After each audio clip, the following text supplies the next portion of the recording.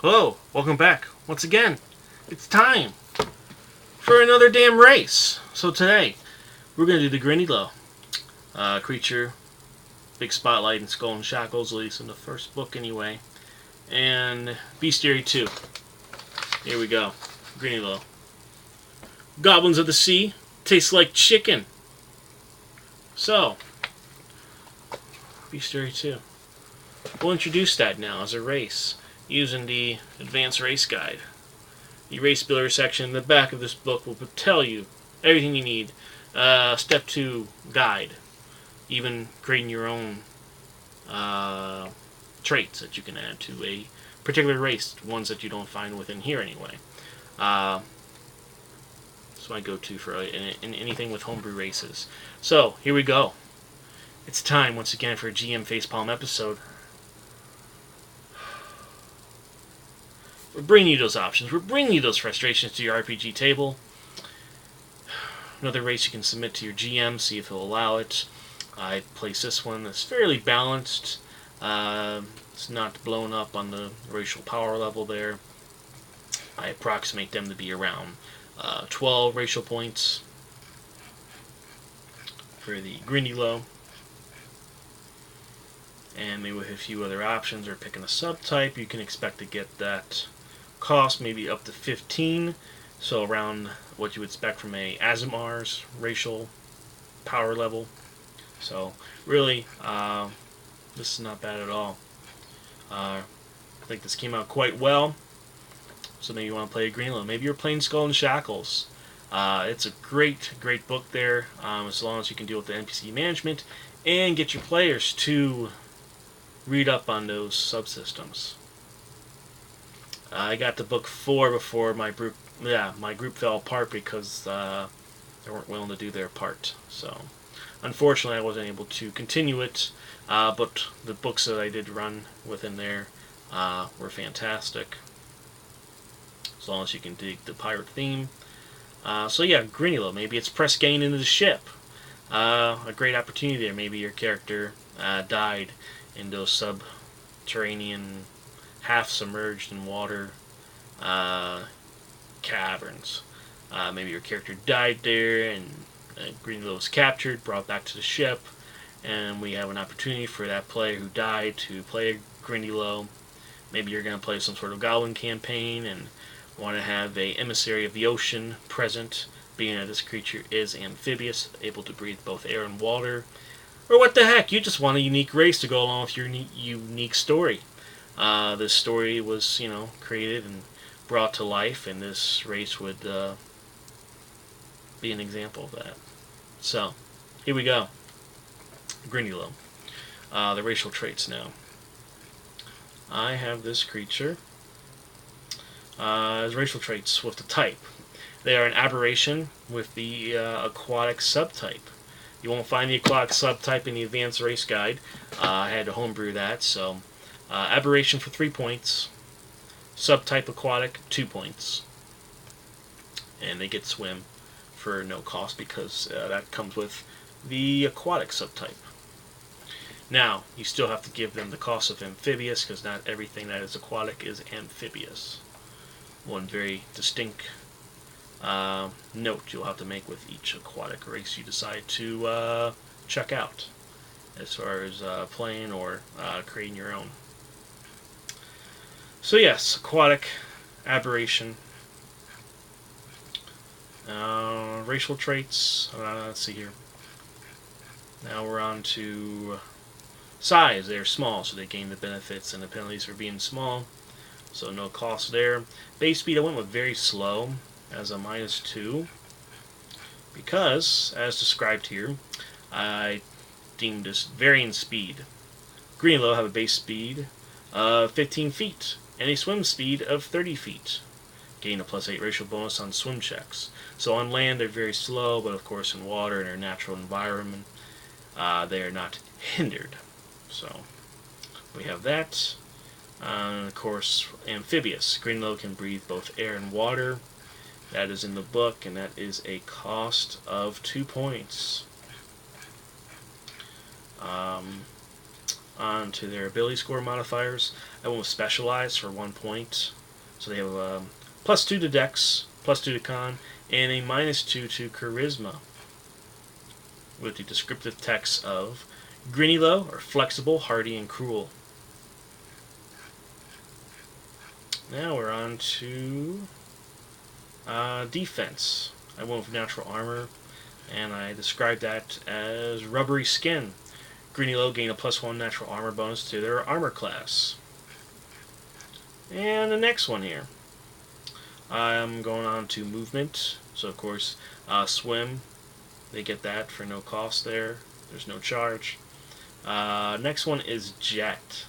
It's a homebrew modification, one that GMs will have to take a special consideration on, whether they're going to allow this. I've homebrewed it at 2 points. And what it is, what Grindylow can do, I think there's some sort of organ, something that they're able to push an extreme amount of water out of or suck in and out real fast in order to jettison them through the aquan terrain. What it is, once per hour, Grindylow can swim 200 feet backwards as a full round action. It must move in a straight line while jetting and does not provoke attacks of opportunity. So jet. It is a Grindylow trait that they have in the bestiary. Some other races can jet as well. I shouldn't say races, but monsters listed in the bestiaries. So this one does have jet. I think you should allow it. It's very balanced. Yes, they can go a considerable amount of speed very fast as a full round action, but they have to do it in a straight line. Given the aquatic terrain, the environment, they may not be able to go in a straight line, and it's once per hour, so you can only do it in one combat scenario.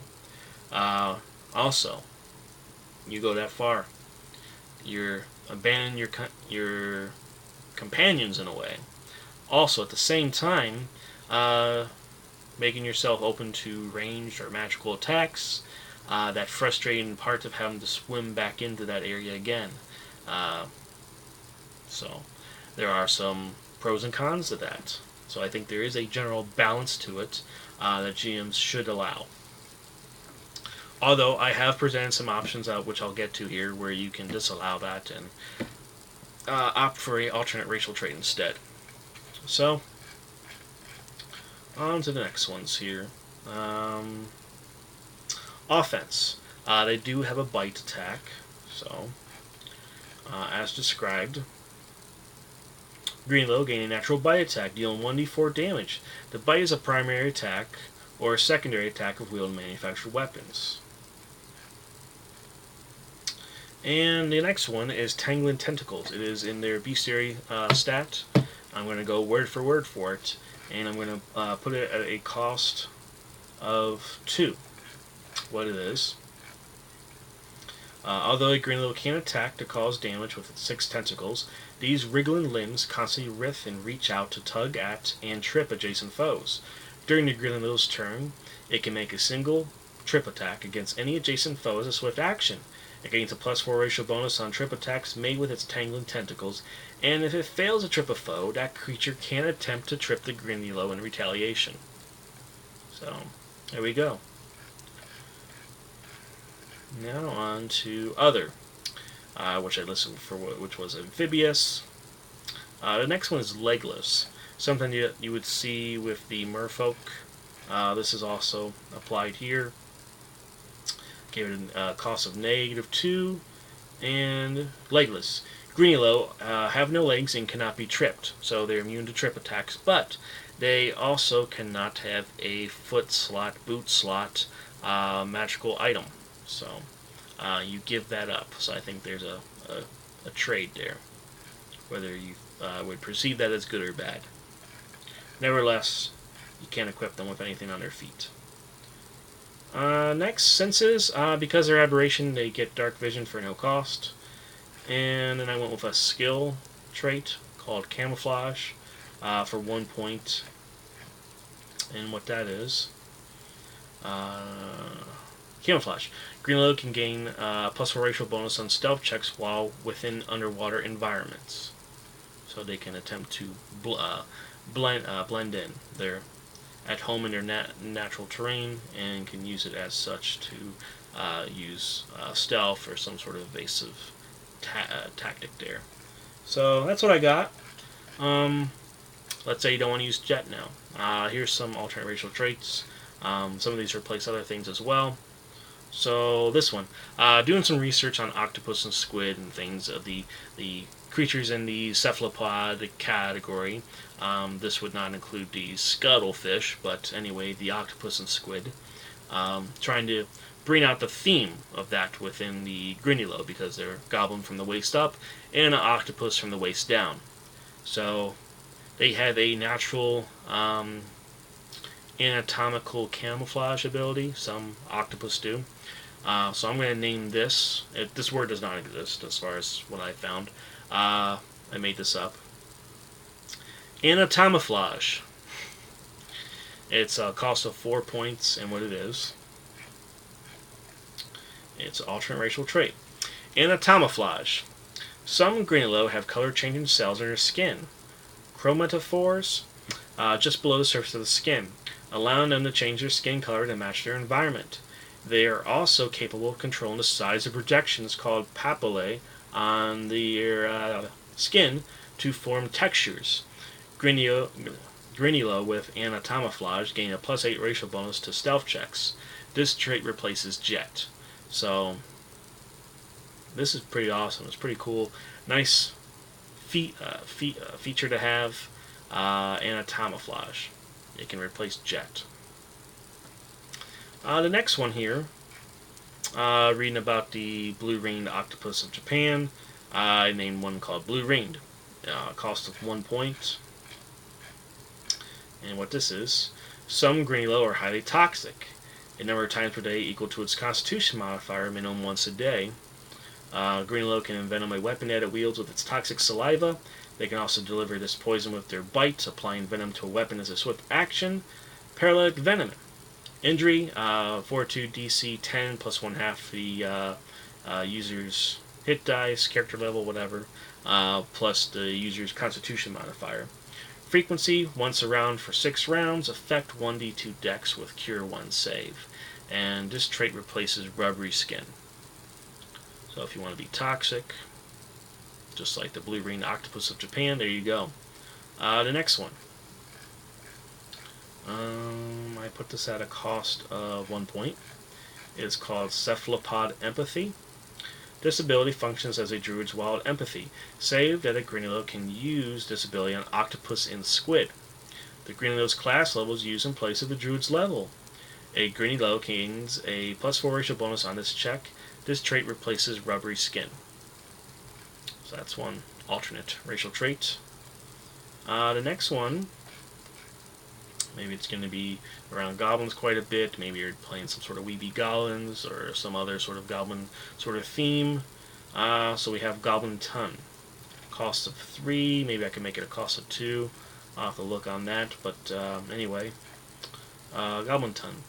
Grindylow have a way with goblins, granting a +4 racial bonus to diplomacy and intimidation checks against goblins. This trait replaces camouflage. So there's that option for you. And the next one is called Grasping Tentacles for 3 points. And some Grindylow are masters at using their tentacles to grab foes. Gain the approved grapple feat with its tentacles. This trait replaces jet. So once again, we got a trait that replaced jet. Now for the last alternate racial trait, I came across the octopus and the bestiary, and they have the ability to use their ink cloud.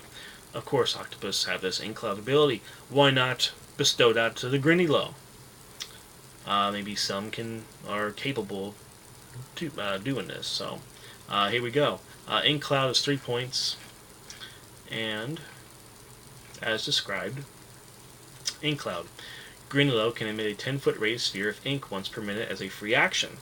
The ink provides total concealment in water and persists for 1 minute. This trait replaces camouflage. So instead of using their natural camouflage sort of stealth-like ways, they can employ this ink cloud as a form of evasion, some sort of tactical retreat, or maneuver to attack.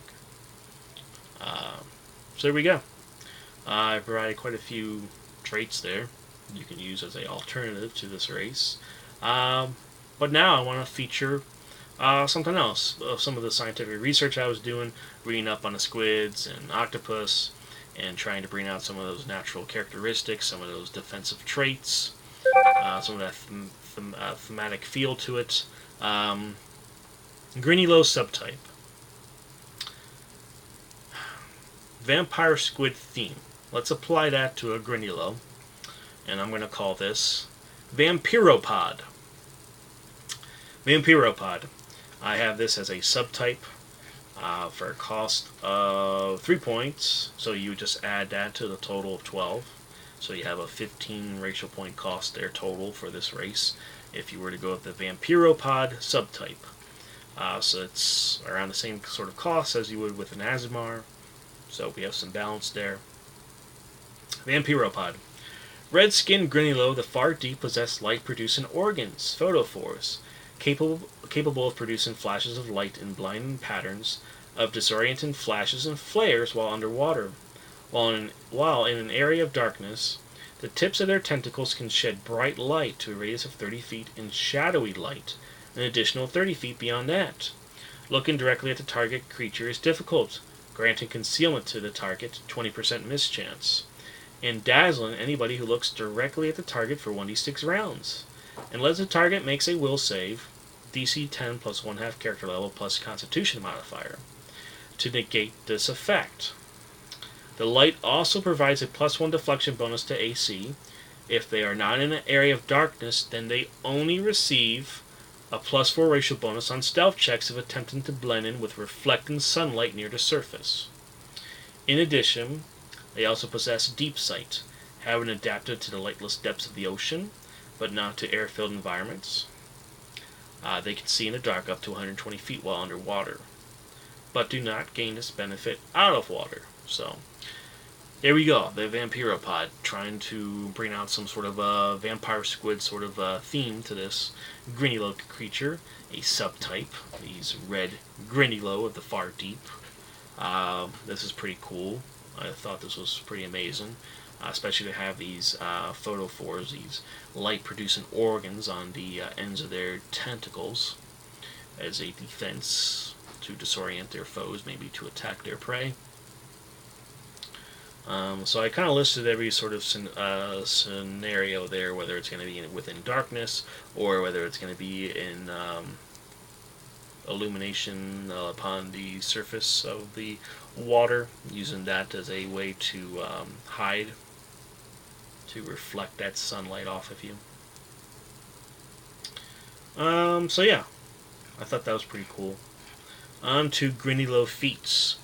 Another part of the research I did with octopus and squid was finding out about this one unique and very highly entertaining word, autotomy, the ability to sever or cast off your limbs.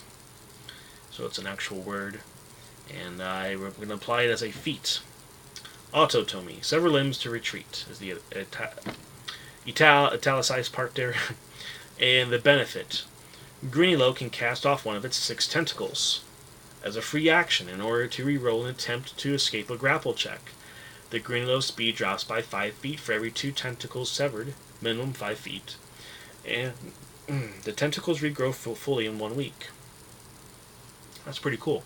I'll have that as a feat, and maybe you're going to be based around some sort of a grappler, and you always have this to rely upon when you're in a bad situation. So, next one. Looking at the Venars with their prehensile tails, why not have prehensile tentacles? So here we go. This feat is called Prehensile Tentacles, and the italicized part of this is manipulate objects without your hands. Benefit. Possessing a high degree of dexterity with your tentacles, you may carry objects. You cannot wield weapons with your tentacles, but you can retrieve small, stowed objects carried on your person as a swift action. You also gain a +2 racial bonus to disable device and sleight of hand checks. So having an extra pair of hands, something to manipulate the objects that you hold, that makes a lot of sense there. being able to have a high degree of dexterity to retrieve objects. And if you want, you can increase this feat as a step-up feat if you want. Maybe that you could have them have another feat again later on, where maybe they can wield weapons as long as they are light weapons. So that is an option. I'm going to leave mine just as prehensile tentacles right now, just to manipulate items. But you can always make that other option available. Next one here. Seeing that octopus can climb quite well, especially the sheer surfaces outside of the water, why not apply that to Grindylow with a feat called Suction Climber, and it's called Manipulate Walls and Ceilings. The benefit? You have stayed out of the water longer than most and have adapted your tentacles to the surface environment. Using the suckers along your tentacles, you can adhere to surfaces so well that your 15-foot base speed also applies as a natural climb speed. You're able to climb perfectly sheer surfaces and ceilings with no chance of fall off. GM discretion for surface substance, unless you are actively pinned and peeled away as part of a grapple. So, being able to climb sheer surfaces, ceilings and such, I think GM should just note the surface substance before they say that they can do that. But otherwise, I think this is pretty sound. Great feat, especially for those that find themselves out of the water, such as a press gang Grindylow, who is a capable navigator on the ship and off the ship, flying through the waters. Suction climber sounds very interesting, especially climbing up the hull of the ship or whatever else you find yourself in. So that's what I got for the feats. Now, I got one more here, and hold on, bud. All right. Okay, this one is something to go with that Vampyropod, the vampire squid themed Grindylow. Reading about the vampire squids and some of the stories and myths surrounding them was that they were blood suckers, but then later discovering that they just suck up debris. So maybe you want to go with that theme of like a vampire squid, a blood sucker Grindylow. So I have this feat here called Vampire of the Deep, as strange as that sounds. And the italicized part here is the stories were true. Prerequisite, you have to be a Vampyropod, so you have to be the Vampyropod subtype Grindylow. And the benefit, you have acquired a taste for the blood of your foes. Using your sucker stalk, you can drain blood from a grappled opponent. If the Grindylow establishes or maintains a pin, it drains blood, dealing 2 points of constitution damage. The Grindylow gains 5 temporary hit points and a +1 bonus on checks and saves, based on constitution. The effects last 1 hour. If you feed multiple times, you continue to gain hit points to a maximum of 5 temporary hit points for every 3 hit dice you have, but the +1 bonus on constitution-based skill checks and saving throws does not stack. You can only drink blood from an opponent who is helpless, grappled, paralyzed, pinned, unconscious, or similarly disabled. The blood must come from a living creature. It cannot come from a dead or summoned creature. So there we go. I took this from the Dampier feat in the Advanced Race Guide. I've also applied it to my Sabison race. The bats featured in one of the bestiaries, I think Bestiary 3 maybe. Sabison, giving them the subtype sort of a vampire bat. So why not apply that to the vampire squid as well? So I have that there as an option. So this is all I got. Hope this helps. Hope you like it. And it's around 12 racial points, but if you add that subtype of the Vampyropod, and you got 15 racial points total. So I think this makes a really interesting, highly unique character, especially for Skull and Shackles, just because there's a great opportunity there with, particularly in the first book, especially when you can come upon so many different races and creatures within, the first book, particularly right away as well, since a lot of people come from different areas and of course your story can be just as unique as your race. Other than that, throw them wherever you want. Yeah, that's all I got. Questions, comments, concerns, hopefully no criticisms, because I don't want to hear those. Anyway, let me know. I got a few more races in the works here. As usual, I try to put it out on a weekly, bi-weekly sort of basis here. And at some point, I'll try to get back to more of those reviews on products or modules or APs that I've run. So, try to get back to some of that at some point here. But I've just been flooded with so many races and race requests, and people really liking it, and it seems to become the main feature of my very obscure channel. So, hope you like this. Babbled on long enough. See you next time. See ya.